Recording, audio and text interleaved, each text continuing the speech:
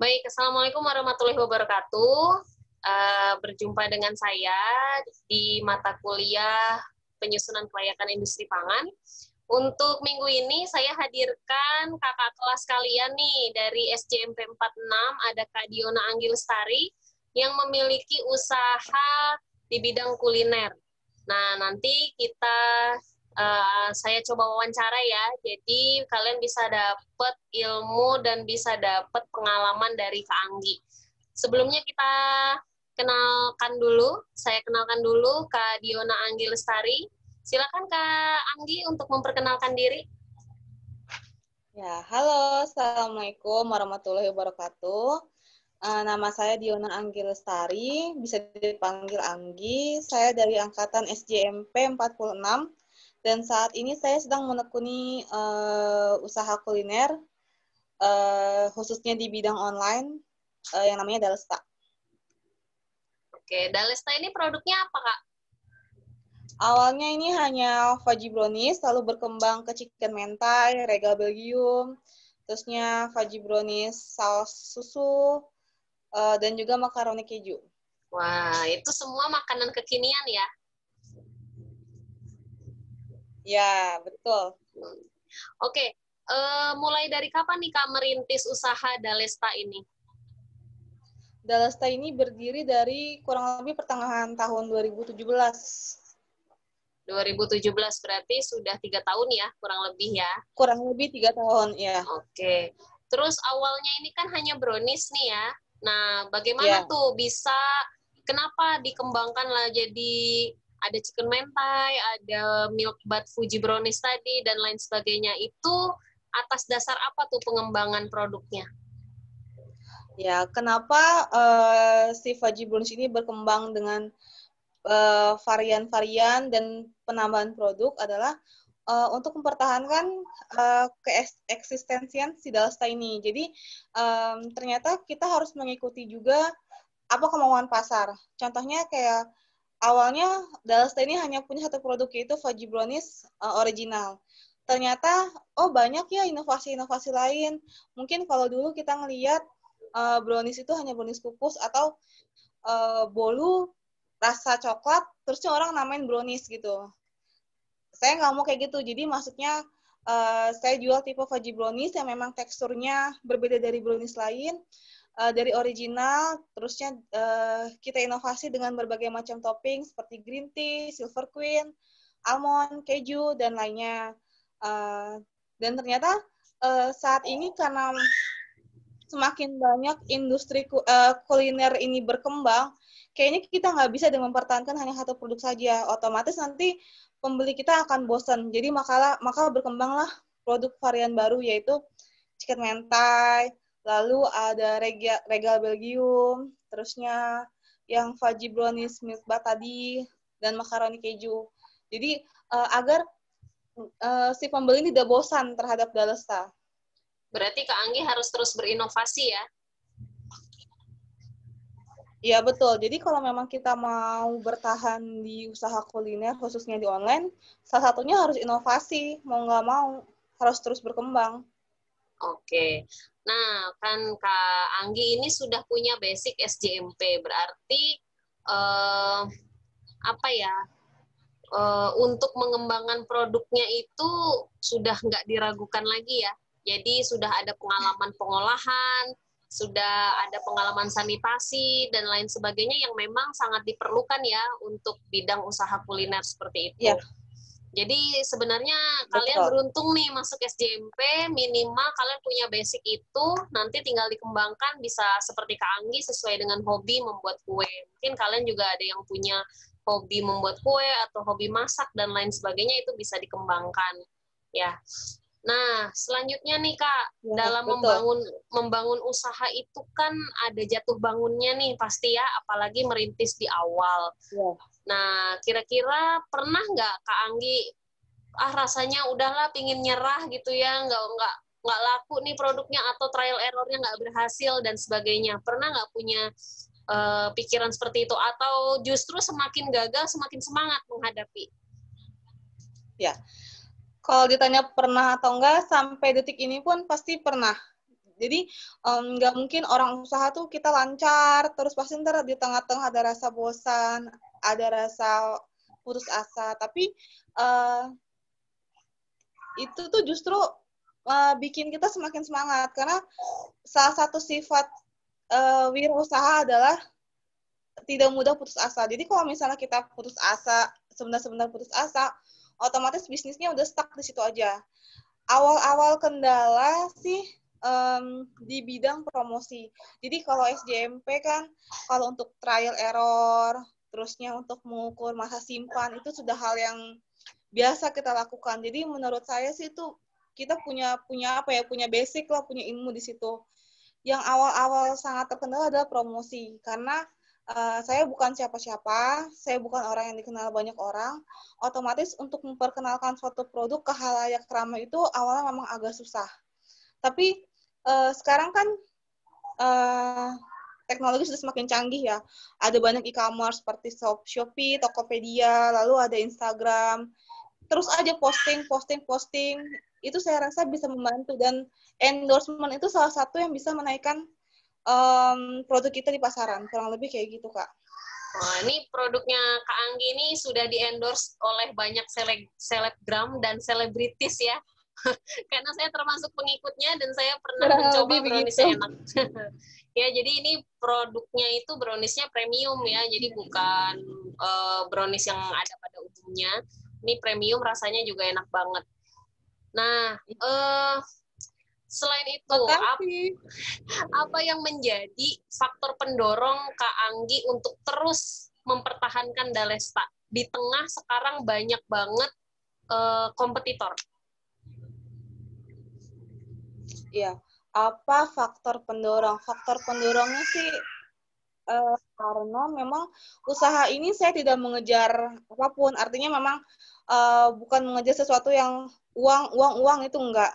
Jadi memang awalnya dari hobi, terusnya memang seneng bikin kue, dan ternyata dari hobi itu kita punya keuntungan lain. Jadi memang bukan semata-mata karena pengen jualan terus dapat uang gitu, bukan. Memang dari hobi, bener-bener hobi. Terusnya dengan dari hobi kita menghasilkan uang itu kan kita senang gitu. Jadi awalnya itu aja sih faktor pendorongnya. Oke. Terus untuk biar semangat terus nih mempertahankan Dalesta sampai istilahnya ingin bertahan terus, apa yang bisa dilakukan sama Kak Anggi? Untuk bertahan terus yang pasti kita harus inovasi itu harus jalan terus. Variasi, terusnya produk-produk baru. Yang penting sih kita ngikutin perkembangan dunia kuliner yang ada. Sekarang kan udah makin banyak tuh di Instagram, semakin banyak pendatang baru. Artinya semakin banyak orang-orang yang memang tertarik di dunia kuliner ini. Nah, itu harus kita ikutin tuh. Ikutin dalam arti gini, oh sekarang tuh yang lagi happening itu ya. Nah, dari situ kita bisa dapat ide. Idenya itu misalnya yang saya bilang tadi, awalnya brownies ini hanya original saja. Ternyata dengan berkembangnya dunia kuliner, oh ada yang namanya pakai topping, oh ada mungkin sekarang namanya brownies durian. Itu sih kurang lebih.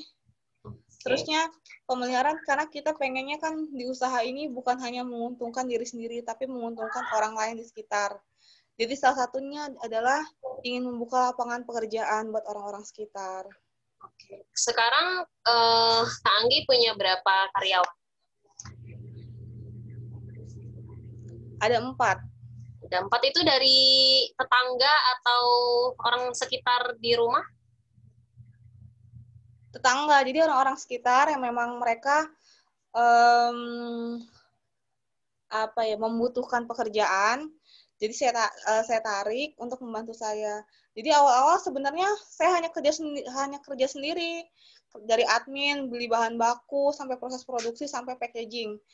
Kenapa sih pengen sendiri? Biar saya tahu nih, ini usaha saya nih dari hulu ke hilir nih kayak gimana sih. Jadi suatu saat bisnis saya berkembang, saya bisa tahu kendala apa aja sih yang dialami. Semakin berkembang, saya punya usaha, punya karyawan yang bantu, ada 4 orang. Oke. Nah, untuk menjaga kualitas si produk, karena ini dilakukan oleh karyawan ya, Kak Anggi sebagai ownernya terus melakukan QC atau QC juga diserahkan ke orang lain? Nggak, semua mesti pegang sendiri kalau QC. Oke, Termasuk QC. kerahasiaan formulasi produk, terusnya kualitas produk, sampai ke proses pemanggangan semua masih saya awasi. Jadi mereka yang membantu itu hanya membantu proses pengolahan, tapi tetap diawasi. Jadi karena ini bisnisnya usahanya masih rumahan, jadi saya tinggal di rumah, saya hanya mengecek ke dapur, bagaimana proses pengolahannya berjalan. Selebihnya saya masih turun langsung. Oke. Jadi memang butuh sih ya, untuk usaha kuliner itu butuh tangan dingin ownernya langsung ya. Jadi nggak bisa dilepas begitu saja ke orang gitu ya. Iya. Karena di situ ada kualitas yang harus dipertaruhkan di luar sana, di konsumen. Betul. Nah, oke, selanjutnya iya, nih. Nggak bisa. Iya, gimana Kak? Oke, selanjutnya nih, apa ya? Kedepannya Kak Anggi ini punya dream apa sih untuk Dalesta? Punya mimpi apa Kenapa nih Kak ke depannya? putus-putus? Kak Anggi punya dream apa untuk Dalesta ke depannya? Oh. Dalesta ini pengen berkembang. Berkembang dalam arti bisa membuka lapangan pekerjaan untuk orang banyak. Selain menguntungkan diri sendiri, tentunya berarti saya bisa bermanfaat untuk orang lain. Dan insya Allah kedepannya akan mengembangkan beberapa produk yang sudah ada dan produk-produk baru. Itu aja sih kurang lebih.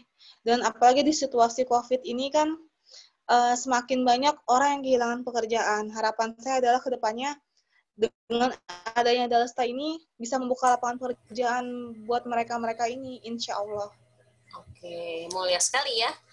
Mudah-mudahan terlaksana ya Kak Anggi. Oke, untuk Amin ya Allah. selama pandemi COVID ini, dampaknya seperti apa untuk usaha Kak Anggi?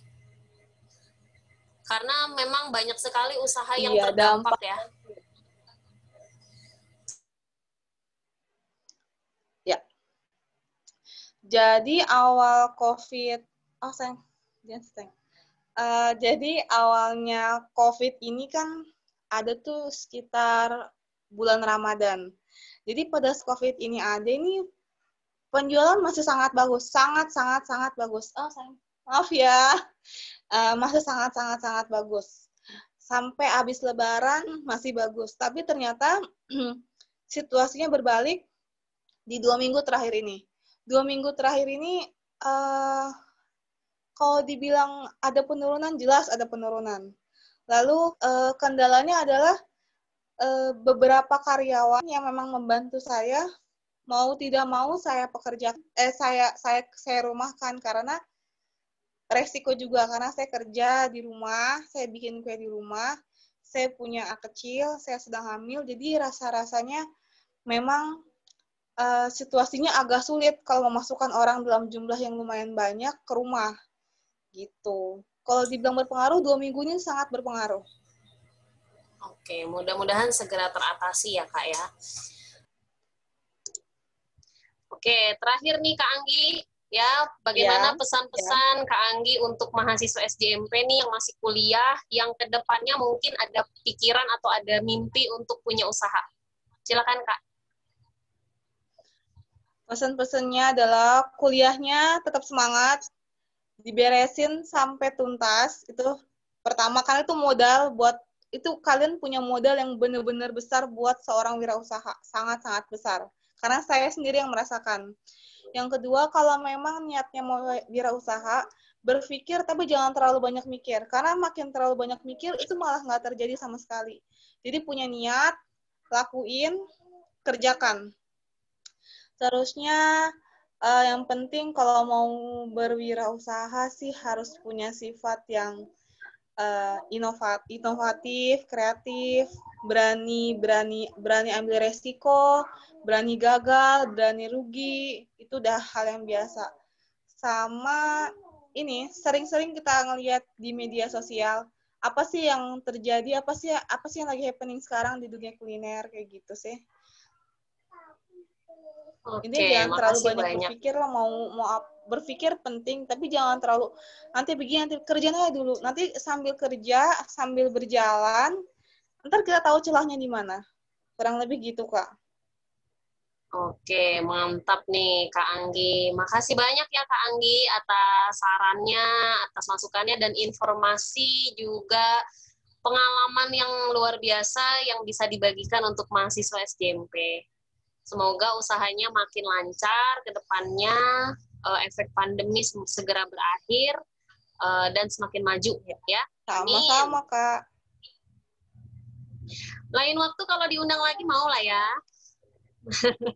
Karena di mata kuliah kelayakan ini banyak loh aspeknya ya kan. Ada aspek produk ya, aspek pemasaran. Nah, mungkin nanti mahasiswa juga bisa belajar banyak dari pengalaman Kak Anggi ini. Karena kalau belajar teori aja mudah, itu tinggal dibaca aja PPT dari Bu Atri, tapi pengalaman bisa dapat dari mana?